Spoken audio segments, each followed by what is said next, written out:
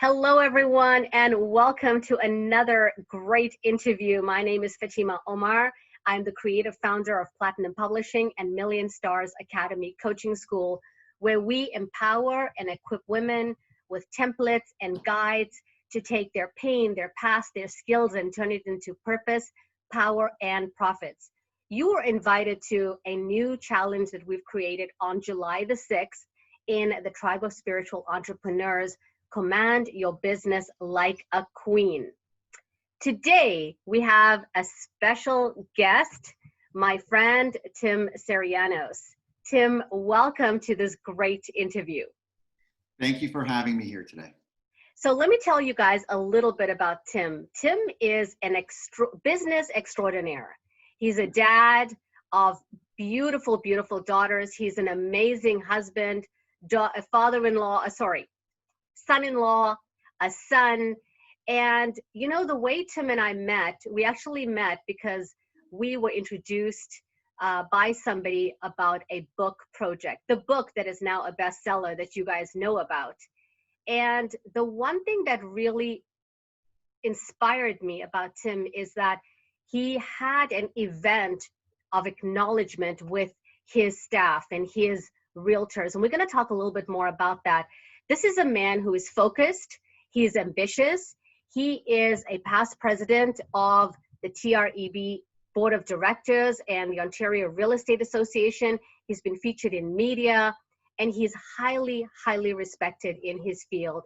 So Tim, we really appreciate your time that you took to be here today. And you know, I really want to just get into a little bit about how we met, and let's start this conversation of why is acknowledgement so important to you as a father, as a husband, as a broker owner, and as an entrepreneur and who you are?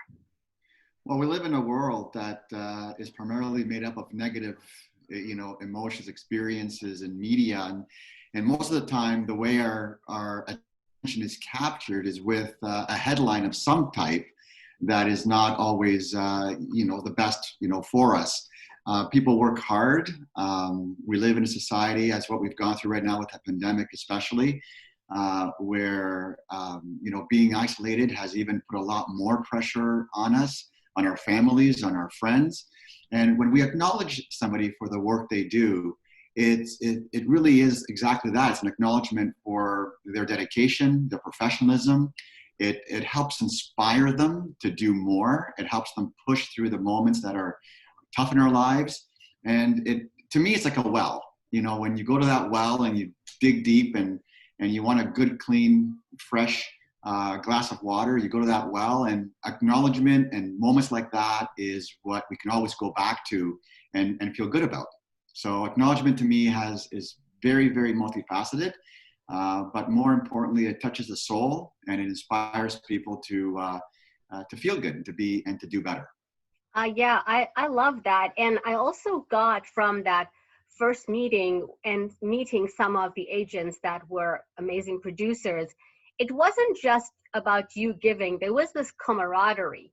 There was this collaboration. And everybody was together. Like, we are one, that entire theme of that. So really acknowledgement to you of the beautiful atmosphere that you've created among you, your managers, the staff, and everyone else in your corporation. It's so awesome to see. Thank you, and I really thank you for being there, for showing your story and showing your experiences and providing that guiding light for so many people that were in that room. Not just for the women. The women were truly inspired, but even for myself, as a father of 3 daughters, I want the world for them, and the world is their oyster, and there's nothing that they can't do. And it's quite amazing talking about acknowledgement and talking about inspiration. Yesterday, we were in our backyard, and my daughter was talking to her youngest daughter, our eldest talking to her youngest. So we're talking about an 8-year difference here.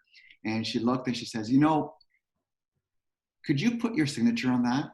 Is that something that you would be proud to put your name beside? And that was something I told her quite a few years earlier, and it resonated. And these types of events that we do are exactly that. And you had a big part in that event because it was the talk of our office culture for quite some time thereafter. So I want to thank you as well. Oh, it was my pleasure. Thank you so much for that. Now, let's go back to your daughters. Here's your oldest talking to your youngest. Yes. And it really brings me back to a story you shared about family.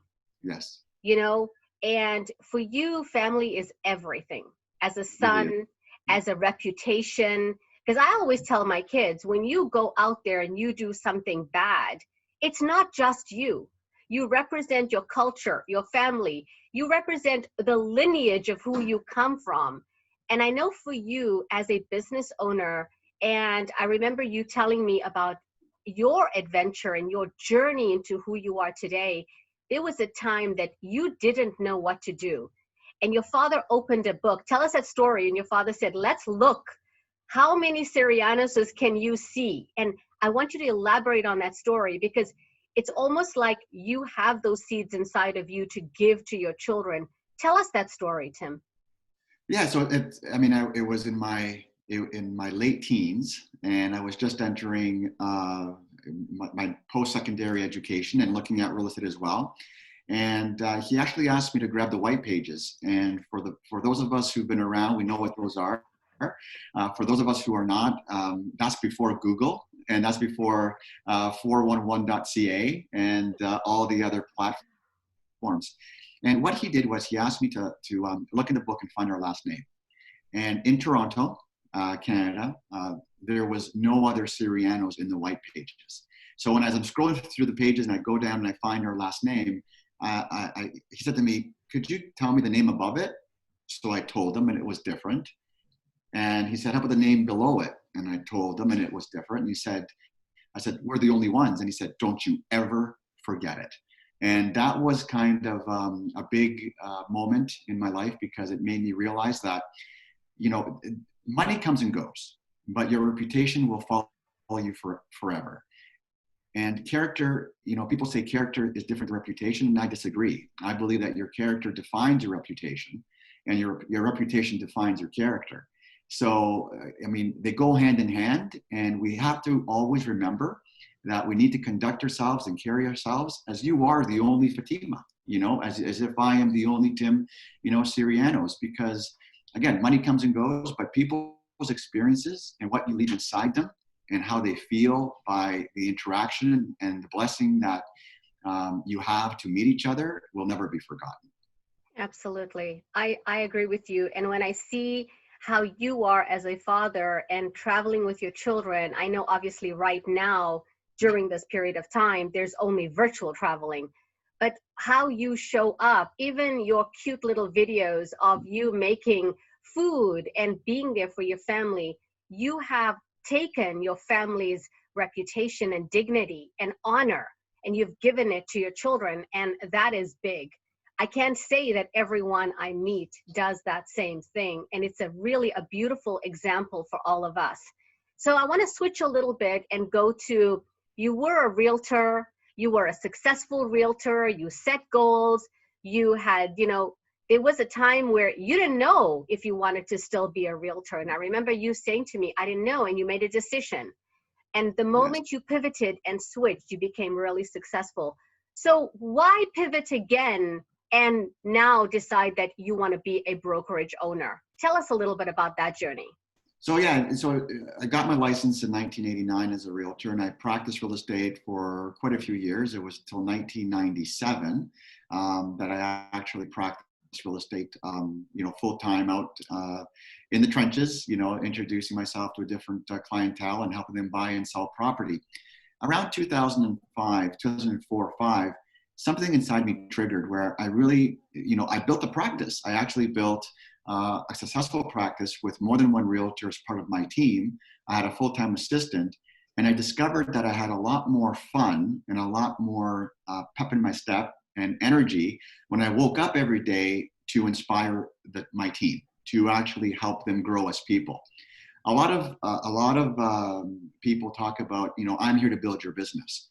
And I don't believe that anybody can really build your business. I believe that what we can do is build people, and people will build the business, because everybody has different dreams and goals in their lives, and different things inspire them to do different things. So for me, I felt really energized every single day when I gave the right advice to my team and helped guide them through every objection, every scenario that existed. And when I saw their eyes light up, it really made me feel fulfilled inside. So I knew I needed to transition and be a broker owner and kind of pass this knowledge and these feelings that I have on to them. So in 2007, I actually acquired the brokerage, the office where I worked at, and we still own today. It was about 70 people. Now we're about 238 people, 240 people. And that took place over the last 13 years in growth. And I just focused all my time in helping build people. Because again, by building them, they can then fulfill their aspirations, their goals in their lives.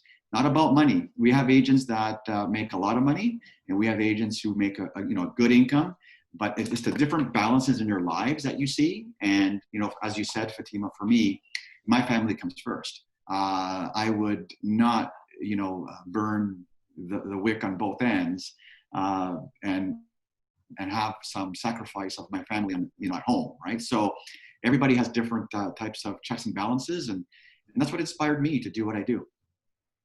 So wonderful. Deep inside of you, do you see yourself as a teacher, a mentor? You're the guy who says, let me show you the ropes. Hey, don't step over there. That piece of the mountain didn't work. Try this side because I've fallen. That doesn't work. And let me show you. Is that the vision of how you see people that come into your organization? I do. And one of the biggest lessons I received was also from my wife in 2007, because, pivoting your life from full autonomy to complete dependence, if you think about it in this way, when you're in sales and you're an entrepreneur like myself, you wake up every single day and you can conquer. It's up to you. Whatever the amount of effort you want to put in and time you want to put in is the reward that you get back. When you actually own a brokerage or a business and you're working with people, you are dependent now on their success. So it becomes a business partnership. So unless you really love, helping people and being there for them and inspiring them, it would not be right for you. And in 2007, when the announcement day was coming, I basically almost lost my voice. And Mary, my wife, gave me a card that said, "Don't be afraid of change, be afraid of not changing." Wow. And that was the exact moment that I felt, yes, as people, and even during this, think about how much we're discovering about ourselves. We have a choice to, put the blankets over our head. We have a choice to really just turtle, just kind of go into a panic. Or we have the decision to make where we acknowledge it's around us. We know what's happening, and we need to be the calm perspective to everybody around us. So to answer your question, yes, you need to be the calm voice. You need to provide perspective. You need to look at the horizon and never stare at the bumper. Like, you need to stare at the horizon and say, this is not forever. This is not a new normal. This is possibly a temporary normal. It could be 1 week or it could be 1 year, but life will come back to the way we've known it. And we need to provide strength to people who need it and confidence to people who need it. And that's what triggers me every single day. I really look to, and don't forget, I am not just a teacher, I'm also a student. By having 200 and almost 40 people, you hear all the different emotions and all the different stories and all the different scenarios. And you have a vast opportunity it's almost like surveying, if that makes sense. Yeah. You're able to take all this information and knowledge, and then you're able to interpret it. You're able to, transcribe it in your mind and then come out of it with solutions for different people, right? You can say, well, I understand how you're feeling, but this is what's going on over here. Did you know that? Oh, no, I didn't. Now you just helped somebody. So yeah. It's a teacher-student environment. Yeah, changing someone's perspective. Yes. Tell me how is life? Like, we're recording this during the quarantine. Things are opening up very, very slowly.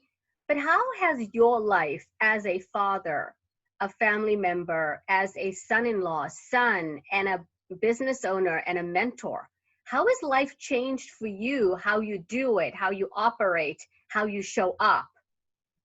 So one of the most important things that we all need to do is not get off our routine, the routine we had before all this happened. And yes, I mean, I took about a week or so break, just trying to gauge what this means. Being a business owner, it was quite different than being a salesperson in my office. I needed to demonstrate leadership and be a lot more available, a lot more accessible. So if there's anybody who needs a vacation, it'd be me right now, more than anybody else, because I never had a full break. Things are coming back to normal though, which is great. And it is, the foot is not on the gas pedal the way it was even 2-3 weeks ago. Like things are starting to have more normalcy. But what it's really helped me do is first acknowledge that we're all human. We've had the same challenges as many people who are watching this as well. You know, we have children who have missed graduation, and there's no prom. We have a child who is on Zoom all day. We have another child who doesn't feel comfortable at certain times going out. We had to manage 3 different personalities above and beyond being a husband and a wife being a wife to a husband. So first I want to acknowledge with everybody that the same struggles are real for everybody. There's no magic formula or pill that you can take. It's just belief and confidence that we all will get through it. And it's helped me discover that there are a lot of things that we've already done before that we were oblivious to. In our field, homes did sell without people seeing them before COVID. People did buy real estate virtually. Yep. This all was happening. People were doing transactions and paperwork through stuff like DocuSign and AuthentiSign and .loop and all these other platforms that exist. We're using Zoom today, but there was always WebEx and GoToMeeting, and there's many more platforms. It's just that everything got a lot more heightened. Yeah. What I believe deep down is that we were too busy before to see all the opportunities that existed with technology. And we were too busy to take the time to learn new things. And outside of the isolation, this pandemic has taught us to look at things, take a pause, and realize what could be valuable and what could not be valuable. And even reinvent ourselves in many cases. And I know myself, you talked about my videos. I never knew I could cook that way. I never knew that I can mix a cocktail the way I mixed a cocktail, but man, am I having fun doing it. And, little secret here. I mean, I spend some nights Googling how to make new recipes now, right? So. Love it. I love it. I love it. I know I enjoy watching it. Trust me, I enjoyed it. So now here you are, you're mentoring all of these people. You've got over 200 agents in your office. Tell me, what's the secret sauce? Like, some people rocking it in the real estate, others are not. And as you look from the high beams and the low beams and you're in the trenches, yeah, what does it take to be successful in real estate? First and foremost, stop selling. First and foremost, what an oxymoron. Yeah, absolutely. So you need to stop selling. You don't sell anything. I have a saying that sellers buy image and buyers buy homes. And what that means is that, when you're meeting with a client who wants to sell their property, they want to know that they have the confidence in the right person to guide them through the process. They want to know that their property will be marketed in the best way possible and not in a self-serving way. And what that means is that every single platform that exists that's out there and available to them, their house, their property will be on that platform. And for buyer clients, they want to make sure that they buy homes. I said buyers buy homes. They don't care about, you could be wearing shorts and flip-flops. They want to see the house, and they want data interpreted. They want to know the areas that are nice and what the value in the neighborhoods are. It is lifestyle. It is right down to knowing the garbage days and the recycle days. It's down to the school performances and their reputation, safety of neighborhoods, and all those things. So you're not selling anything. The home itself can sell itself as long what they're looking for is somebody to be guided. They're looking for somebody to guide them through the process. And that also comes with authenticity. It comes with being true to yourself and doing what's and not putting yourself first, but putting your client first. And as we talked about my reputation and the last name, again, it's not what you do for somebody, it's how you make them feel, and it's how you make sure that you have your systems and your protocols to make sure that they're guided through the whole entire process. So Wow. there isn't the magic sauce is within every single person. It's not a magic anything. It's within you, but you have to find a way to bring it out and be calm and follow your instincts as well. One of the biggest mistakes I see in people is they try to be everything to everyone, and you can't be everything to everyone. You know, if some people have a certain entitled demeanor and way, it's best that you release them back to the population to find an agent or a person who has the same mindset. They'll get along much better than you will with them, believe me. Yeah.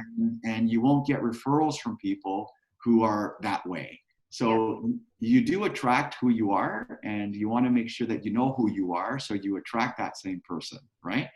And So true. I hope that helped. I love that. Release them to the population. And if Yes. you're listening to this, viewers, and you're a realtor right now, you just got the secret sauce. Yeah. Okay? You just got it. Now, there could be people asking this question, like, what makes your, the RE/MAX Ultimate different from other brokerages? Because there's a dime a dozen everywhere you go. Tell us what differentiates you. So we think of our realtors in our brokerage as business partners. It's not a landlord-tenant relationship. It is a business partnership. Our success is completely tied to each other. Secondly, and this is no particular order, but I just want to share with you how what we think and feel, is that we are a boutique brokerage with an international brand. And what that means is when you think of a boutique anything, you think of high touch environment where there's a lot of communication, and a lot of marketing services are being done in a very boutique way. However, we have an international brand which is truly global, that provides the access and reach that no other brand, in my humble opinion, can provide. This is my 31st year in real estate, and I can join any brand that I wanted to every so many years. Your franchise comes due, and there's not a brand that I believe provides the best tools for realtors to provide the absolute best service for their clients. Like, this is a B2B, business to business, business to consumer environment within RE/MAX Ultimate, and that's what I believe sets us apart. We believe that we have every ounce of technology that you can possibly fathom, but if you're not able to use it, then we're here, and that is a very significant difference in a lot of other brokerages. And the leadership within our company is quite different than. And this is not talking about me. I am a past president of the Toronto Real Estate Board. I have spent countless years in the industry volunteering my time. However, we also have managers who are past presidents. The knowledge that they bring. I did not know that. Yes, so the knowledge that they bring, and right now one of our managers is a director at the Canadian Real Estate Association. So we're talking about leadership, not just at the municipal level, but all the way to the federal level, that provides the insight and the access that is very powerful for each and every single one of our agents. It's amazing. That's really, really amazing. So I want to switch it around a little bit, and let's go to the future. Sure. And I want to really dig into your expertise. And, what is your crystal ball talking about? What is your crystal ball telling us, Tim Syrianos, about the marketplace? 1 year, 5 years, 10 years. What's your hunch and the numbers that you're looking at, and what should we be looking forward to? So I love when I get this question, because the first thing I tell people is get your pen get a piece of paper, and I'm going to give you 7 amazing numbers to play this Friday. And and and then you're going to be able to actually win, $50 million. What I will share with everybody is there's a saying that I've heard before that I truly believe in, and I believe it was Mark Twain who said it, but I could be wrong. It said that history may not repeat itself, but it definitely rhymes. And you have to use historical data to provide you with insight. And in my 31 years, I've actually experienced one of the greatest recessions in Canadian history. I've witnessed the meltdown that happened in the US. There was 9/11. And now, obviously, there was the policy changes that happened in 2018. And now we have COVID-19 as well, the coronavirus that I myself personally never in a million years would think that I would experience as a human being in my lifetime. The idea of going to a grocery store, seeing a beautiful orange and being scared to touch it. Who would ever think that would happen in our life, right? Never. But it did.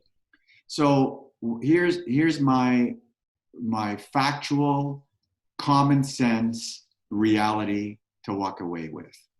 Number one, in 2017, we had 114,000 reported sales through our MLS system. In 2018, we had 78,000 sales reported in our MLS system. And last year, we had 87,000 sales. And we were on target to be just under 100,000 sales this year. So everything was coming back to being a very, very strong market. We've had over 100,000 people entering the Toronto marketplace through immigration every single year, and that's still going to happen. What we're going to see is consumer confidence will need to improve, and it will improve. I believe that what the pandemic has brought us is delayed housing starts that should have been happening 3-4 months ago. So now we're going to have even a tighter supply of real estate for the people who are moving into our city. And what I'm forecasting is in the long term, in the 1, 3, 5, and 10 years from now, a continued problem of supply because of what we're experiencing right now. So in 2000, I bought my first home for $265,000. In 2010, when we found out we're having our third daughter, we sold it for $465,000. Double, folks. Okay. Yep. In that same year, we bought our home for $1.1 million. So let's fast forward 10 years. The home that sold for $465,000 has now sold recently for $940,000. And the home that I live in right now is worth $2.2. Double. Is that we've doubled every 10 years. Do I forecast a doubling of real estate in the past 3 or 4 or 5 years? No. I do not see that, but I do believe that in 10 years from now, we will be in that same type of scenario that we were before. Toronto is and I'm not going to say Toronto center of the universe. The reality is Toronto is the economic heart and the heartbeat of Canada. It is the mega center of this country, and it is a destination that everybody wants to come to. I truly do believe that home ownership will become harder to attain for the generations to come, and especially in Toronto. Yeah, and I think that's what my children say as well. They have the same feeling about that. Well, we're entering a world of rent being normal. Yeah. You know, like our society mind is shifting now. It was almost like you were a loser if you didn't own a house. Yeah. Like it was in our blood that you had to own a house. You know, you get married and you buy a house. But society has changed so much that it's becoming normal to rent. Like it's becoming, it's like a huge portion of our. When I first bought our brokerage and I was operating it, under 5% of my business was rental. Now it's over 35%. And that's very telling. I'm in central Toronto, ladies and gentlemen. So as you watch the skyscrapers going up and the condos being built, there's also purpose-built rentals being built. It is a whole new lifestyle, mind shift, but it's happening. It is. Wow, I could talk to you forever. You are such a wealth of information, Mr. Syrianos, and thank you so Oh, much yeah, for thank taking you. the Too time kind.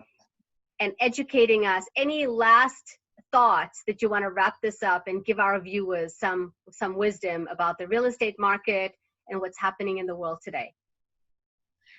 You know, I really don't have anything more to add, to be candid with you. It's we've covered a lot of information, We and did. sometimes you know how it is with you and me. You know, when we're together, Fatima, we start talking, and you know, be careful if you only have 5 minutes left and you ask a question of me, or if I ask a question of you, because We're gonna go off. we're going to go off. So I just want to say I'm blessed to have met you, and I want to thank you so much for the opportunity.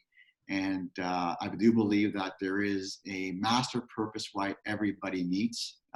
It could be for today, it could be for next month, it could be for next year. I've met sometimes people that I've gone to business with 5 years later, and I've met agents that I've met today that have joined me 3 years later, or We're 5 gonna years be later. friends for life, Tim. I'm not going Yeah. anywhere. We Now, I'm got not going big anywhere things to either. do. We got That's big things to do. Thank you absolutely. so much for your time. Viewers, all Tim's information is right here on this page. Connect with him, call him, email him, find him on social media. The man is outstanding. He's a man of honor and respect. In the Thank you. meantime, share the video and join us on our Facebook group for the 5-day challenge happening on July 6th. Command your business like a queen. Talk to you guys later. Thank you, Bye-bye. Tim.